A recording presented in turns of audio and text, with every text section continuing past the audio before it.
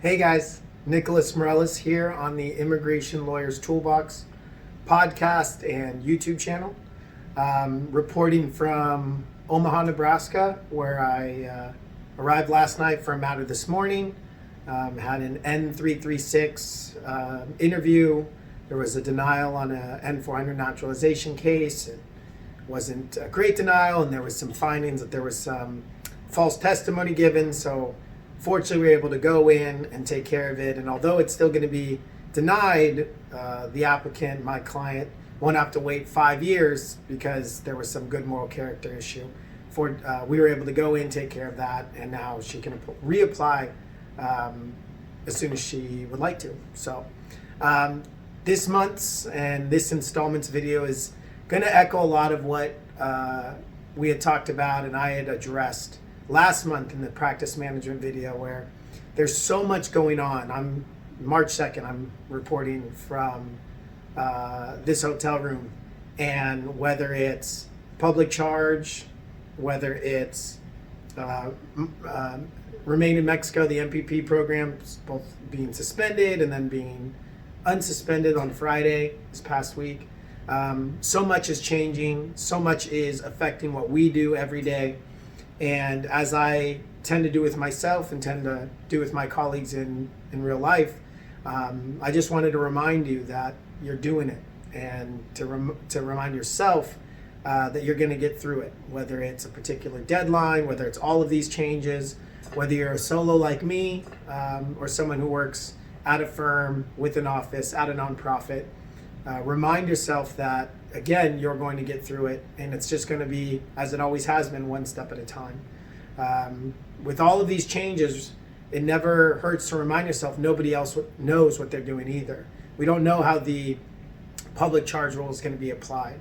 And as we're getting credit reports for people that don't have it, or a letter saying I don't have a credit report, as we're confirming people don't have benefits, and if they did have benefits, those aren't going to be, that's not going to impact their case. As we're just gathering more documentation and being more invasive, remind yourself and remind your clients, the people, the applicants you're working for, that with all of these changes, we'd rather take it slow than rush ahead, than getting these things done as soon as possible, because with so many changes, that's when you'll run into issues, right? We've all been there where we're anxious and we want to get things out. And so this is just a reminder that it's okay to take your time. It's okay to take an extra day. When it comes to some of the other issues we're dealing with on kind of a national level, it seems like denials, whether it's, I was reading about how L1 denials are up, 1 in 4 is I think the statistic I read. And as everybody's been kind of worried about the H-1B space, which of course is now changing with registration being open as early as yesterday with the new H-1B registration program. It's another reminder, educate your clients, educate existing clients, let them know what's happening, because it's not our job to read the minds of the government. Our job is to advocate and really try to, one colleague of mine says, be the Sherpa to our clients climbing that mountain. They're doing the climbing, we're just helping them along. And so in the same way here, remind yourself, it's okay to feel overwhelmed. If you're someone that works in a space where you don't get a lot of guidance, there's not a lot of training, somebody above you is telling you figure it out, and you're watching this, well, guess what? Good news, you're going to get it done. I promise you.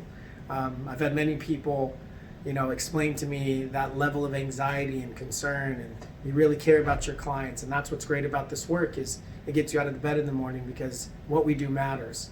But at the same time, you have to remind yourself that you might not know how this is going to end, or a particular case or RFE or whatever you're dealing with, but you also need to give yourself a little bit more credit.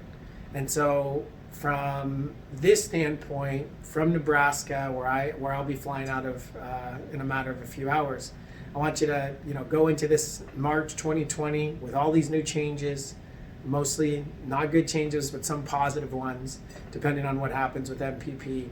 And even with the current head of USCIS, it coming down yesterday on Sunday that he was illegally appointed. Just because we're seeing a lot of bad changes doesn't mean we won't see good changes. And every month that ticks by, we get closer to November. Every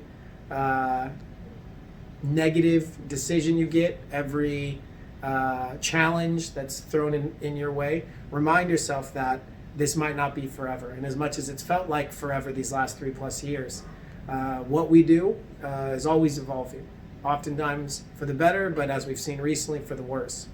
And so I wanted to take this time to remind you, you're going to get through it. I'm proud of you. And remind yourself, if you ever are doubting, or if you ever are worried that you're not going to get something done, this latest challenge is a mountain. And if you ever need to be reminded of the mountains you've previously, been able to get through, look behind you. There's always something we thought we couldn't do, and then we did it. Every day we're dealing with the same type of process. I can't do it, and then it's done. And that's going to be the same thing here. Stay positive. Definitely reach out if you want to chat about any particular issue. If you're listening to this or watching this and you don't really have your own community regionally, that's what's great about the internet. You can have one online. So Nicholas Mireles signing off from the Immigration Lawyers Toolbox, brought to you by John Khosravi. Looking forward to hearing from you, and continue to check back in to see the latest from John and content providers like myself. Thank you so much.